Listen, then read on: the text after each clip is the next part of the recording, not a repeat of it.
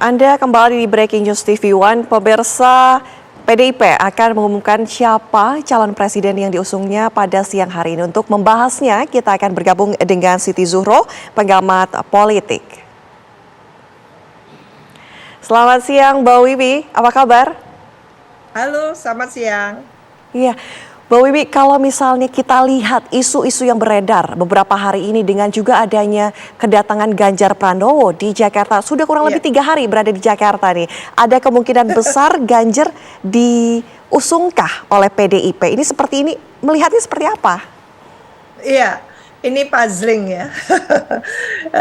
Publik diberikan teka-teki ya tentunya. Jadi memang kita membaca ada kerumitan tersendiri ya dari partai-partai politik untuk mempromosikan atau mengusung gitu ya calon presiden dan calon wakil presiden. Jadi apalagi untuk PDI Perjuangan yang merupakan partai besar gitu ya, dan juga tentunya memang tidak hanya memikirkan suksesi ya untuk pemilu presiden, tapi juga suksesi di internal dari PDI Perjuangan itu sendiri. Ini yang jauh lebih penting sebetulnya. Lah, oleh karena itu memang tampaknya tidak mudah, tidak menjadi sangat ringan gitu ya, atau simple bagi PDI Perjuangan sesegera mungkin menentukan gitu ya calonnya. Lah ini yang ditimang-timang, dipertimbangkan, dan semua kontemplasi pertimbangan tadi itu khususnya akan dipikirkan yaitu dampaknya. Jadi dampak positifnya apa, baik terhadap internal partai gitu, dengan suksesi partai nanti katakan kalau Ibu Megawati sebagai ketum gitu ya tidak lagi menjabat itu, lantas bagaimana ke depannya? Apakah nanti juga akan bisa gitu ya suksesi itu dipegang oleh tentu gitu ya yang digendaki kan gitu. Lah demikian juga dalam waktu yang bersamaan berpikir untuk bagaimana capres yang akan diusung oleh PDI Perjuangan. Lah ini juga memberikan satu pertimbangan-pertimbangan yang sekali mendayung 20 harus terlampaui kan itu. Lah ini yang tidak menjadikan pilihan itu simple atau sederhana bagi PDI Perjuangan. Jadi masing-masing akan dipikirkan, dan sebetulnya PDI Perjuangan tidak dalam posisi gitu ya yang bisa dipressure sedemikian rupa oleh lembaga survei sebetulnya gitu, karena ada pertimbangan-pertimbangan yang luar biasa yang tentu gitu ya difikirkan dengan sangat hati-hati oleh PDI Perjuangan. Jadi pasca nanti Bu Mega memimpin PDI ini akan seperti apa nanti ke depan partai ini kan itu. Itu sebetulnya Pak. Mbak Wiwi, kalau tadi ada katakan bahwa ada pemikiran yang cukup hati-hati begitu dikatakan ya. Lantas apakah pencapresan ini hanya sekedar pencapresan saja untuk pemilu 2024 ataukah ada suksesi ke depannya seperti apa? Iya, ini tentunya juga menjadi perhitungan politik atau pertimbangan politik yang sangat serius ya di internal PDIP, bahkan di 5 tahun yang lalu itu sudah difikirkan bagaimana nanti suksesi di internal partai itu sendiri kan gitu. Kalau Bu Mega sudah katakan purna bakti untuk menjadi ketua umum karena sudah terlalu lama, siapa yang akan menggantikan kan gitu. Nah tentu berpikir panjang seperti ini ya menurut saya, dan sampailah pada katakan pemikiran-pemikiran yang panjang tadi itu kepada siapa sebetulnya sampur promosi kader ini akan diberikan. Apakah kepada gitu ya, kader-kadernya kan banyak gitu. Memang tidak dilakukan konvensi. Lah itu yang menyulitkan sebetulnya bagi promosi kader karena tidak ada konvensi. Lah Bu Mega sebagai ketua umum memiliki otoritas penuh untuk memilih. Lah oleh karena itu yang kita baca sampai akhir dulu ya acara besar dari PDI Perjuangan menunjukkan bahwa sebetulnya arahan itu lebih kepada Mbak Puan ya, ketimbang tentunya kepada kader-kader lain. Nah ini yang kita baca waktu itu. Jadi dengan pertimbangan-pertimbangan yang serius yang ditunjukkan selama ini itu kayaknya lebih ke Bu Puan. Apalagi memang acara-acara itu lebih menyebut Bu Puan, dan keras sekali gitu ya statement dari Ibu Ketum waktu itu kepada kader yang mencoba-coba gitu kan. bermain dua kaki atau tiga kaki dan sebagainya itu, dan bahkan menghimbau untuk partai-partai lain juga tidak menggunakan gitu ya kadernya. Ini antara lain. Jadi di situ kelihatannya kecenderungan itu ingin mempromosikan Mbak Puan itu besar sekali. Jadi saya membacanya seperti itu gitu ya. Mbak Wiwi, Meskipun eksternal ada put pressure gitu ya, mencoba mempressure PDI Perjuangan gitu ya, meskipun secara tidak langsung gitu, dengan lembaga surveinya, dengan asumsi-asumsinya. Kalau menurut saya itu semuanya asumsi gitu ya. Tentu PDI Perjuangan lah yang paling tahu kebutuhannya kan gitu.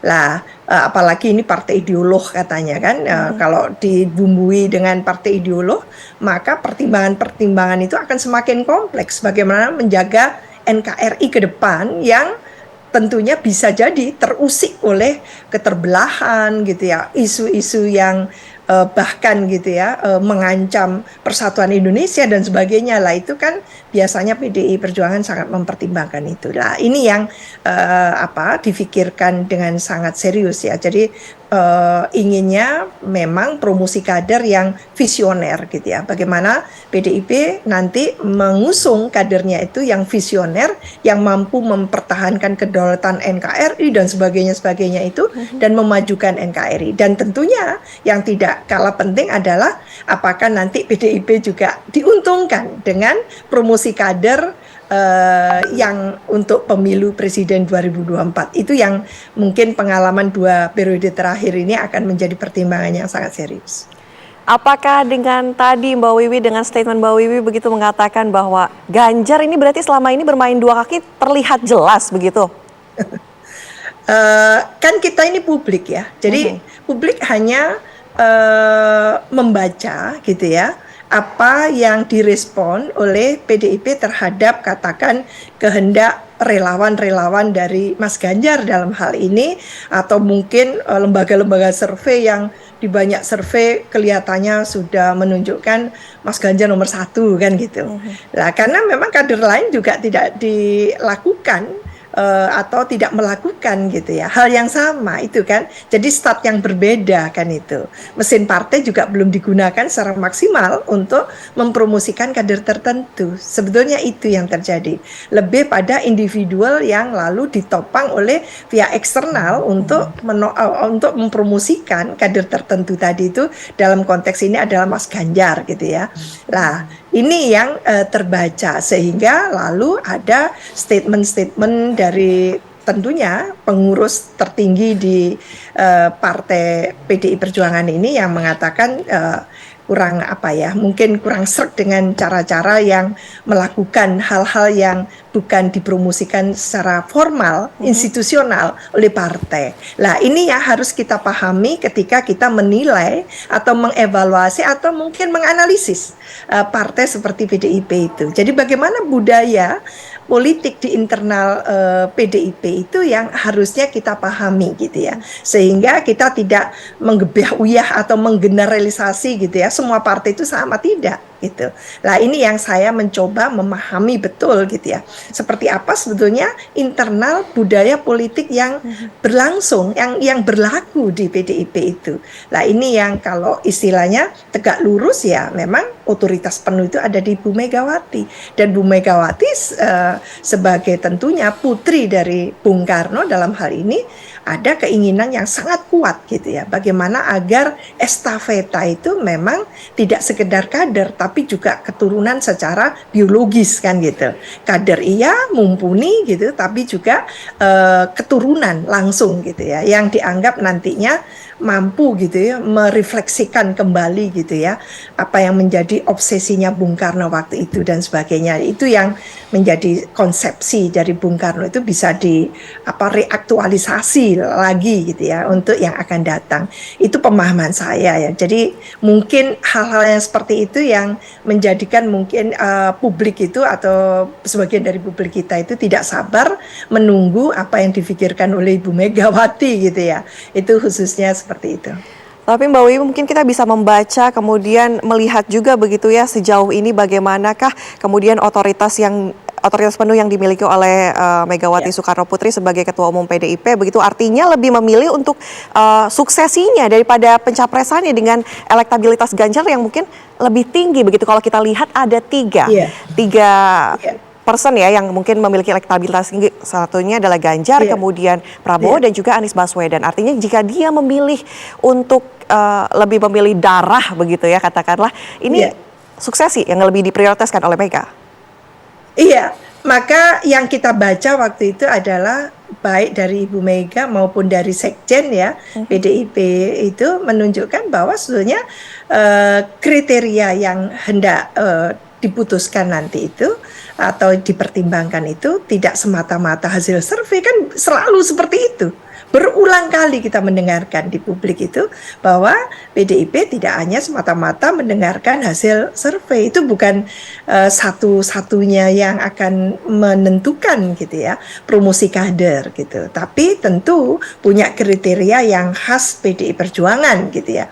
Meskipun menang itu menjadi satu target bagi partai politik, apa artinya menang gitu ya, tapi lalu masa depan prospek dari partai itu belum jelas gitu dengan siapa nanti yang akan memegang tampuk kepemimpinan di internal PDIP. Lah ini yang apa ya, menggelayuti tentunya pemikiran dari elit khusus ya, dalam hal ini ya ketua umum dan elit-elit tertentu ya, yang utama yang memikirkan keberlanjutan ya, kesinambungan dari PDI Perjuangan itu. Ini yang kita baca gitu. Jadi ini partai besar, apakah kebesaran ini akan bisa